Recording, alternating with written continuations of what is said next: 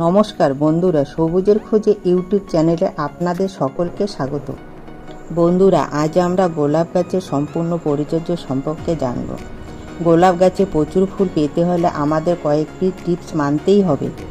এই টিপসগুলি ফলো করতে পারলে আমরা গোলাপ গাছের গাছ ভর্তি ফুল তো পাবই, তাছাড়া আমাদের টবের গাছগুলি তরতাজা।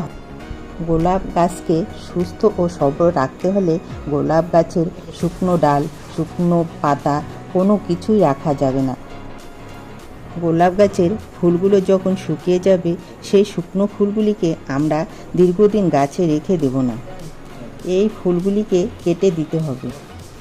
ফুলগুলিকে কেটে দেওয়ার পর সেই কাটা অংশে কোনো ফাঙ্গিসাইড লাগিয়ে দিতে হবে। ফাঙ্গিসাইড না থাকলেও হলুদের গুঁড়ো জলে মিশিয়ে লাগিয়ে দিলেও ভালো কাজ হবে। তা না হলে সেখান থেকে ডালগুলি শুকিয়ে যাবে। এখন আমি এমন 3টি ঘরোয়া উপাদানের সঙ্গে আপনাদের পরিচয় করিয়ে দেব।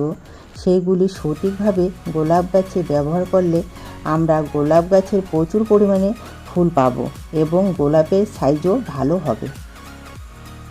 আমি এখানে নিয়েছি ডিমের খোসা, পেঁয়াজের খোসা, ব্যবহৃত চা পাতা।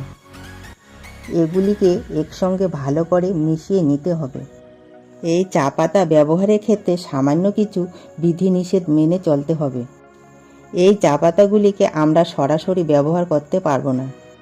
চা পাতাগুলিকে জলে ভালো করে ধুয়ে নিয়ে রোদ্রে শুকিয়ে নিতে হবে, তাহলে পোকা মাকড়ের আক্রমণ হবে না।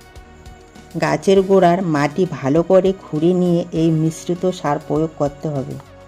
এরপর গোড়ার মাটি আবার খুঁড়ে নিয়ে পরিমাণ মতো জল প্রয়োগ করতে হবে।